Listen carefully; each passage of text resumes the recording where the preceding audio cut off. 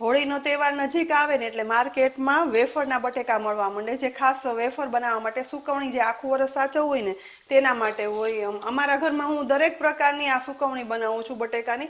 તેની સાથે જ આપણે સાબુદાણા બટેકા અને આદુ મરચાં નાખી અને ચકરી, જેને મૂર્ખા પણ કહીએ છીએ, એ પણ બનાવતા હોય છે. પરંતુ મારા ઘરમાં ખાસ તો મારા બાળકોને ભાવે છે ટમેટા ઉમેરી બનાવાતી આ ચકરી.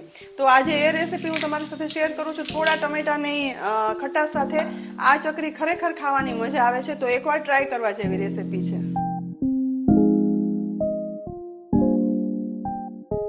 સાબુદાણા બટેટા અને ટમેટાની ચકરી બનાવવા માટે અહીં મેં 2.5 કિલો બટેટા લીધા છે. જે અત્યારે સિઝનના વેફરના બટેકા મળે છે ને તે જ લેવાના. તેને પાણીથી ધોઈ અને સાફ કરી લીધા છે. એ જ રીતે 1 કિલો મોટા ટમેટા લીધા છે. દેશી ટમેટાના બદલે અહીંયા આવા કડક ટમેટા લાલ આવે છે ને તે જ વાપરવાના, કારણ કે તેમાં ગળનું પ્રમાણ વધારે અને બીજનું પ્રમાણ ઓછું હોય છે. તેની સાથે 500 ગ્રામ સાબુદાણા લઈ 5 કલાક ઓછા પાણીમાં પલાળી દીધા હતા, જે એકદમ છૂટા પલળી ગયા છે અને મોટા થઈ ગયા છે. તેની સાથે જ અહીં મેં લીધા છે આદુ અને મરચાં, જે સ્વાદ પ્રમાણે ઉમેરવાના.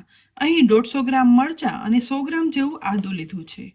બનાવવાની શરૂઆત સૌથી પહેલાં વાસણમાં રહેલા બટેટા ડૂબી જઈને એટલું ચોખ્ખું પાણી ઉમેરી દેવાનું છે અને એ પછી બટેટાને આ રીતે હાથથી ઘસી અને સાફ કરી લેવાના, જેથી તેના પર માટી કચરો હોય ને તો બધો દૂર થઈ જાય. આ બટેટાને સાફ કરી એક કિચન ટોવેલ પર કાઢતા જઈશું, જેથી તે એકદમ સરસ કોરા થઈ જાય અને લૂછવામાં પણ સરળતા રહે. બધા બટેટા કાઢી લીધા પછી એ જ વાસણની અંદર રહેલા પાણીમાં ટમેટા છે ને તેમાં ઉપરનો લીલો ભાગ કાઢી અને એક ટમેટા ઉમેરી દેવાના છે. ટમેટા અહીં જુઓ, સિઝન છે એટલે એકદમ એક સરખા મોટા લાલ ચટક મળ્યા છે. અને જેટલા લાલ સરસ ટમેટા મળશે ને એટલી જ આ ચકરીમાં કલર એકદમ સરસ લાલાશ પડતો આવશે અને ટમેટાનો સ્વાદ પણ સરસ આવે છે. બધા ટમેટાને પાણીમાં ઉમેરી ઘસી અને સાફ કરી લેવાના. એ પછી આ ટમેટાને પણ પાણીમાંથી નીતારી બટેકા સાથે ઉમેરી દેવાના છે, જેથી તે પણ એકદમ સરસ કોરા થઈ જાય. અહીં બધા ટમેટા ઉમેર્યા પછી હવે લીલા મરચાં અને આદુને પણ લઈ લેવાના. તેને પણ પાણીમાં ઉમેરી ઘસી અને સાફ કરવાના. મરચાં છે ને તે મીડિયમ તીખાશ પડતા પસંદ કર્યા છે. જો તમારે વધારે તીખું ખાવું હોય ને તો તીખી લીલી મરચી પણ લઈ શકાય. આદુ મરચાં સાફ કરી લીધા પછી તેને પણ બટેટા અને ટમેટા સાથે કોરા કરવા રાખી દઈશ. હવે બનાવવાની શરૂઆત. કોરા થયેલા બટેટા છે ને તેને બધાથી અલગ કરી લેવાના અને એક વાસણમાં કાઢી લેવાના છે. એ પછી બટેટાને ચપ્પુ વડે 2 ટુકડામાં કટ કરી લેવાના છે. આ રીતે દરેક બટેટાના ટુકડા કરવાથી કુકરમાં બાફવા સમયે ઓછો સમય લાગશે. જો 4 ટુકડા કરવા હોય ને તો તે પણ કરી શકાય છે. હવે બધા બટેકાના ટુકડા થઈ જાય ને એટલે અહીં મેં કુકર લીધું છે. કુકરને ગેસ ચાલુ કરી તેની અંદર સૌથી પહેલાં પાણી ઉમેરી દેવાનું અને લગભગ 2 ગ્લાસ જેટલું એક કુકરમાં પાણી ઉમેર્યું છે. એ પછી આ કુકરમાં સમાઈને એટલા બટાકાના ટુકડા છે ને તે ઉમેરી દેવાના છે. અહીં બધા બટાકાના ટુકડા એક કુકરમાં નહીં સમાય, તો પહેલા કુકરમાં ઉમેરેલા બટાકાના ટુકડા ઉપર સિંધાલું મીઠું ઉમેરી દઈશ અને કુકરનું ઢાંકણ ઢાંકી દઈ એ પછી 5 સીટી ગેસની મીડિયમ ફ્લેમ પર કરી લેવાની, જેથી બટેટા એકદમ સરસ બફાઈ જાય. બાકીના બટેટા માટે પણ મેં બીજું કુકર લઈ લીધું અને તેમાં પણ તળિયે પાણી ઉમેરી દઈશ. બાકી રહેલા બટેટાના ટુકડા તેમાં ઉમેરી દઈશ, જેથી બંને કુકરમાં સાથે બટેટા છે ને તે બફાઈ જાય અને તૈયાર થાય. તેમાં પણ મીઠું ઉમેરી ઢાંકણ ઢાંકી અને સીટી કરી લેવાની છે. કુકર થાય છે ને એ દરમિયાન અહીંયા ટમેટા લઈ તેને આ રીતે મોટા મોટા ટુકડામાં સમારી લેવાના છે. અહીં આ ટમેટાને પીસી અને પલ્પ જ બનાવવાનો હોવાથી નાના મોટા કોઈ પણ ટુકડા કરશો ને તો ચાલશે. તેમાંથી લીલો ડીટીયાનો ભાગ હોય ને તે અલગ કરી નાખવાનો અને ટુકડા કરી લેવાના. અહીં આ રીતે બધા ટમેટાના ટુકડા કરી તૈયાર કરી લઈશ. આ જ રીતે ટમેટાના ટુકડા થઈ જાય ને એટલે મરચાંને પણ મોટા મોટા ટુકડામાં કટ કરી લેવાના છે. મરચાં જુઓ, મેં મોટા ટુકડા રાખ્યા છે, કારણ કે એની પણ આપણે પેસ્ટ બનાવી છે.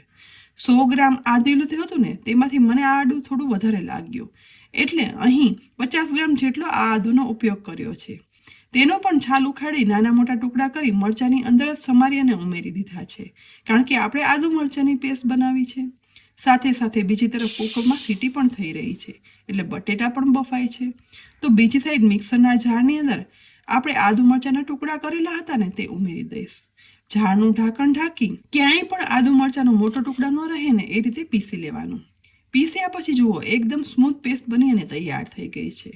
આ આદુ મરચાંની પેસ્ટ સાઈડમાં રાખી દઈ. એ રીતે મિક્સરનો મોટો ગ્રાઇન્ડિંગ જાર લઈ ટમેટાના કરેલા ટુકડા છે ને તે સમાઈને એટલા ઉમેરતા જવાના. બસ પોણો જાર ભરાઈને એટલા ટમેટાના ટુકડા ઉમેર્યા પછી ઢાંકણ ઢાંકી દઈ અને એકદમ ટમેટાનો સ્મૂથ પલ્પ પીસી લેવાનો. પીસ્યા પછી તે જોઈ શકાય છે.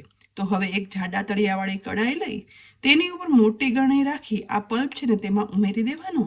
એ પછી ચમચા વડે ચલાવતા જઈ અને ગાળી લેવાનો છે, જેથી તેમાં ઉપર તરફ ના પીસાયેલા ટમેટાના ટુકડા, છોડા અને બીજ છે ને તે અલગ થઈ જશે અને નીચે તરફ આપણને મળશે એકદમ થીક સ્મૂથ ટમેટાનો પલ્પ. આ રીતે ન ગળાયેલા ન ચડાયેલા ટમેટાનો પલ્પ જે હવે ઉપર રહ્યો છે ને તેને ફરીથી એ જ મિક્સર જારમાં ઉમેરી દેવાના અને સાથે સાથે વધારે ટમેટાના ટુકડા પણ ઉમેરી દઈશું અને ફરીથી બધું પીસી લેવાનું. અહીં આ જ રીતે કરતા બધા ટમેટાનો પલ્પ બનાવી ગરણીમાં ગાળી એકદમ સ્મૂથ તૈયાર કરી લીધો છે.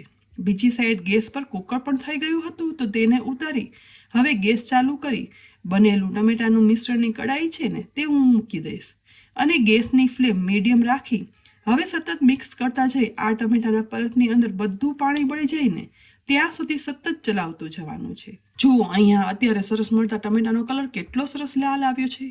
કોઈ પણ આર્ટિફિશિયલ કલર કે એવું કાંઈ જ ઉમેરવાની જરૂર નહીં પડે. હવે આ ટમેટાનો પલ્પ ઉકળે છે ને એ દરમિયાન અહીં પલાળેલા સાબુદાણાને બાફવા માટે એક કાચનું બોલ લીધો છે, જે માઇક્રોવેવ ઓવનમાં મૂકી શકાય તેવું છે.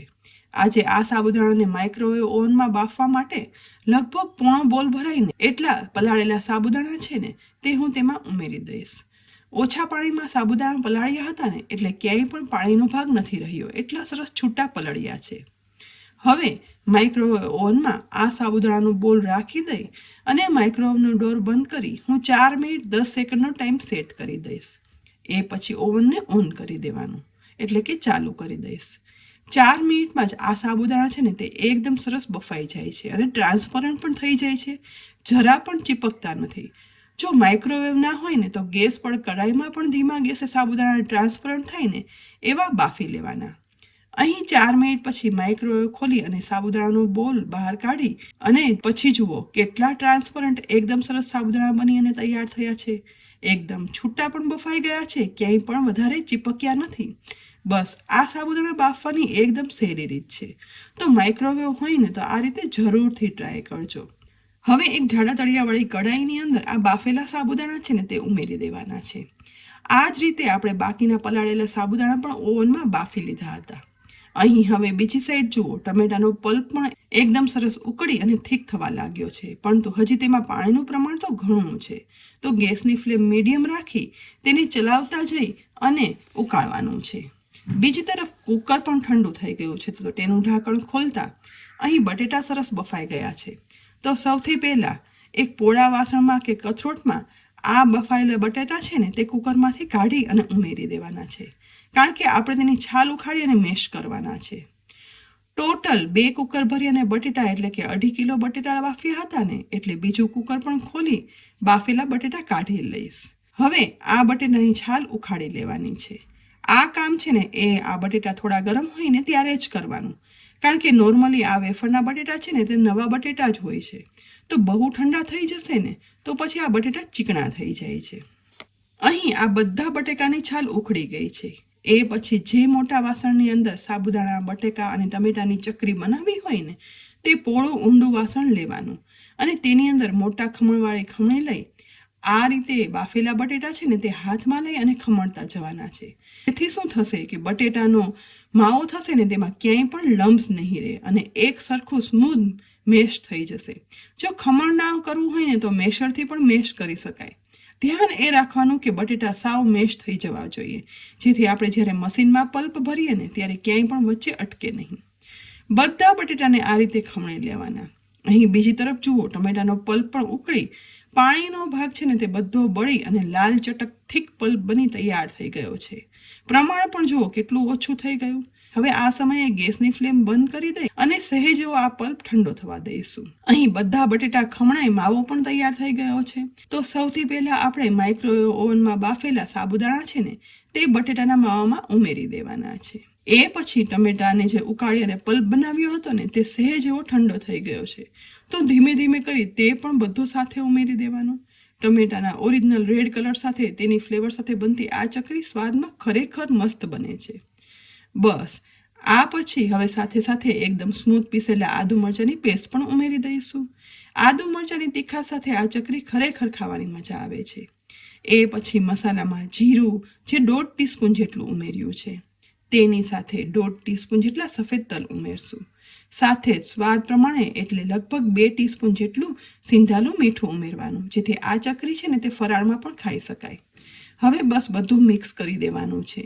મિક્સ એવી રીતે કરવાનું કે બટેટા, ટમેટા, સાબુદાણા એકબીજામાં સરસ મિક્સ થઈ જાય અને વેફર માટેનું આવું પરફેક્ટ મિશ્રણ બની અને તૈયાર થાય.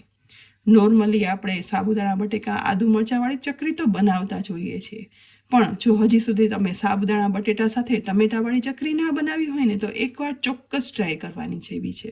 કારણ કે હું તો મારા ઘરે દર વર્ષે આ જ બનાવું છું. અને ટમેટાની ફ્લેવર તો બાળકોને આમ પણ વધારે ભાવે છે. ધીમે ધીમે બધું મિક્સ થઈ જતાં સરસ મેશ થઈ અને મસ્ત ટેસ્ટી માવો બની અને તૈયાર થયો છે. બસ હવે આ પછી સાબુદાણા બટેટાની ચકરી પાડવા માટે મેં નોર્મલ આપણે જે સેવ પાડવાનો સંચો આવે છે ને તે જ લીધો છે. તેમાં ચકરી બનાવવાની પ્લેટ લઈશું. મસાલો ભર્યા પછી ઘરમાં જ પ્લાસ્ટિકની અંદર આ રીતે ધીમે ધીમે પાડવાની શરૂઆત કરવાની. ધીમે ધીમે લાંબી સળી જેવી ચકરી પડવાની શરૂઆત થશે. તમારે જો ગોળ ચકરી પાડવી હોય ને તો તે પણ પાડી શકાય છે, પરંતુ લાંબી સીધી લાઈનમાં આ ચકરી પાડવી સહેલી પડે છે અને જલ્દી સુકાઈ પણ જાય છે. અહીં આ રીતે એક પછી એક મશીન ભરી અને પાડ્યા પછી અહીં જુઓ ઘરમાં જ તડકો નહોતો છતાં પણ મેં બધી સાબુદાણા બટેટા ટમેટાના મૂર્ખા પાડી અને તૈયાર કરી લીધા છે.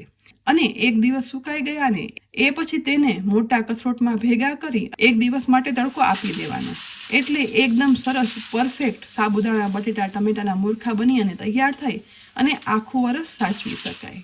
ઓરિજિનલ ટમેટાના લાલ કલર સાથે બનતી આ સાબુદાણા બટેકા ટમેટાની વેફર અહીં તમે જુઓ છો કેટલી ક્રિસ્પી પણ થઈ ગઈ છે.